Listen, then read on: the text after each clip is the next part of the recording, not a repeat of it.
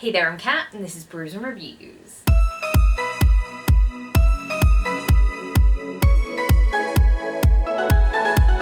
In today's video, I'm going to be giving you guys some recommendations for the July and August prompts for the Buzzword Readathon. This readathon was created by Books and Lala, and I'll leave a link to the readathon in the description below so you can go check out all the prompts and see if you want to participate. There's still time, you can still do it. So let's start off with the prompt for July, which is measurement. And I think this is a really broad prompt because it can cover anything from time, to mass, to length, to luminosity, to temperature. I feel like there is such a broad range of things that we could pick for this, and I just have a couple of recommendations. So let's get straight into the recommendations. So we'll start with a bit of temperature, and the first book on this list is Hot Vampire Next Door by Nikki St. Crow. Now this is a Kindle Vella series that is an urban fantasy spicy book about a woman that lives in a town where all sort of paranormal creatures come together and they live in harmony. And when she comes of age, she's supposed to pledge herself to a specific vampire family, and then a very powerful vampire from a rival vampire family moves in next door to her, and there is shenanigans, spicy shenanigans. This is a very fun Kindle Vella series. It's not finished as of yet, but it has some really nice spice in it. I really like Nikki St. Crow's writing. It's really easy to read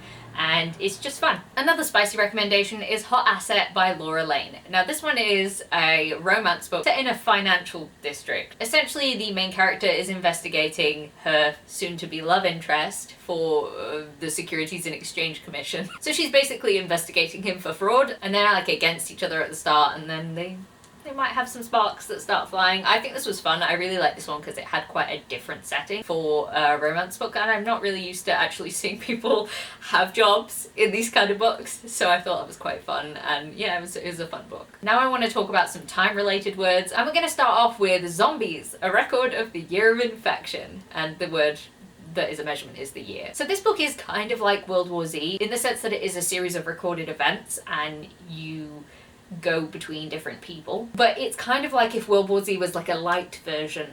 It's not heavy and it's not particularly intense, but there are some really good bits to it, and I feel like this is a fun little zombie book if you are interested in that. The next book I want to recommend is a graphic novel called The Old Guard. You may have heard of this. There was a Netflix film that had Charlize Theron in it. This is about a group of people who can't die. They keep regenerating. They're a found family of warriors and they work as mercenaries, and it's just really cool to see these ancient people in modern day, and then I just really enjoy it. It's a top film as well. If you guys haven't seen that film, then you should definitely watch it. You should also read this graphic novel because it's great. Next up we have Timeline by Michael Crichton. This is a sci-fi about a group of archaeologists that go back in time to a certain period in France and have to sort of blend in because one of their own has gotten lost in that time period and they have to get them back before their time is run out. Now I found this one really interesting, but I found it less interesting than the film because I grew up watching the film of this, which was definitely made to target a little bit more of like fantasy romance people than necessarily the sci-fi aspect, but I really like Michael Crichton for his sci-fi writing. I feel like he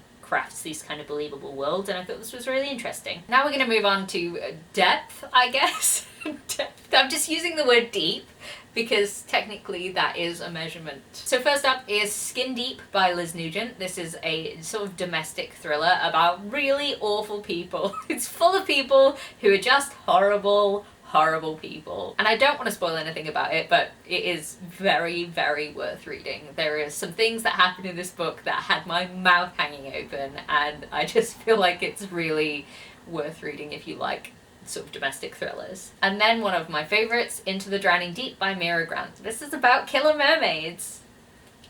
Scientists investigating killer mermaids and naturally everything going wrong. I don't know what more you could want from a book, but Into the Drowning Deep is really fun, and I just really enjoy that kind of creature feature horror book, and I just think it's really cool. So definitely recommend Into the Drowning Deep.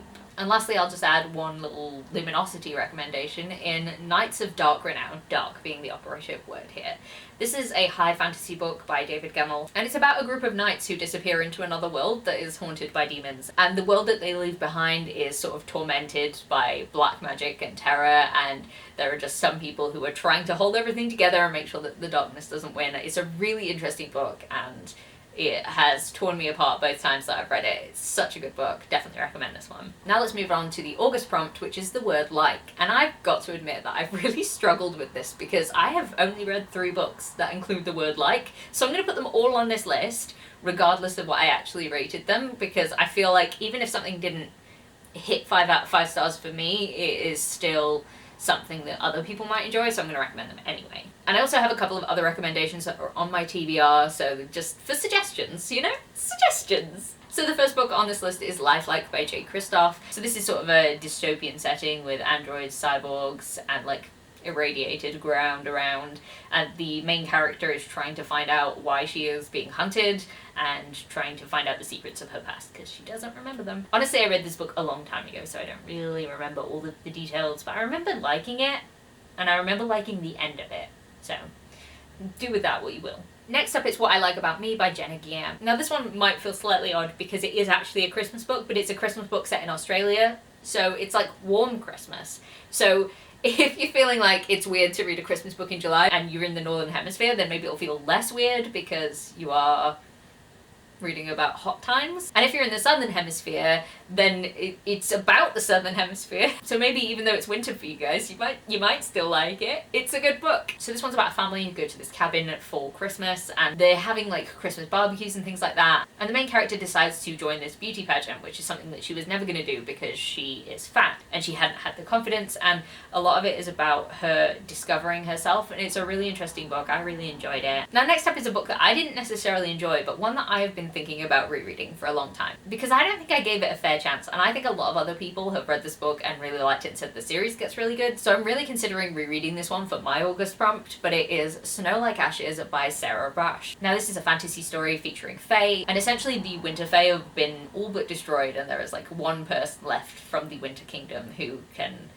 bring them back to power. And it's kind of like watching this completely defeated kingdom struggle to stay alive and try and form alliances with people. And it is really interesting. I think there was just something that didn't quite do it for me the first time I read it, but I am really intrigued about rereading this one, so I wanted to put it on this list anyway. So the next few I'm going to add to this list I haven't read yet, but I am really intrigued and they're on my TBR, so potentially I will in August. So the first one is Head Like a Hole by Andrew Van Wey, and this is a horror book, as you can probably tell from the cover. It's set in the mid-90s, and a woman's body sort of gets caught up in a fishing line, and then weird things start happening. It says it's a novel of malignant secrets, shattered friendships, and twisted body horror. And I love body horror. Body horror is one of those things that I just don't think that you see that often, and I really like being grossed out by it, so I'm very intrigued by this one. Also, like, the cover really got me on this one. I just feel like it looks so creepy and I like it. Next up is Like a Charm by Elle McNichol. Now this is a middle grade book about a girl living in Edinburgh who can see magical creatures that no one else can. The blurb says beware the sirens, so I'm gonna guess that there are sirens in this, and I'm quite intrigued about that because you don't read that many books with sirens in. And the last book that I'm going to be recommending today is a cozy mystery called Seems Like Murder, and it's like a sewing cozy mystery. And I picked this one up purely for the pun name,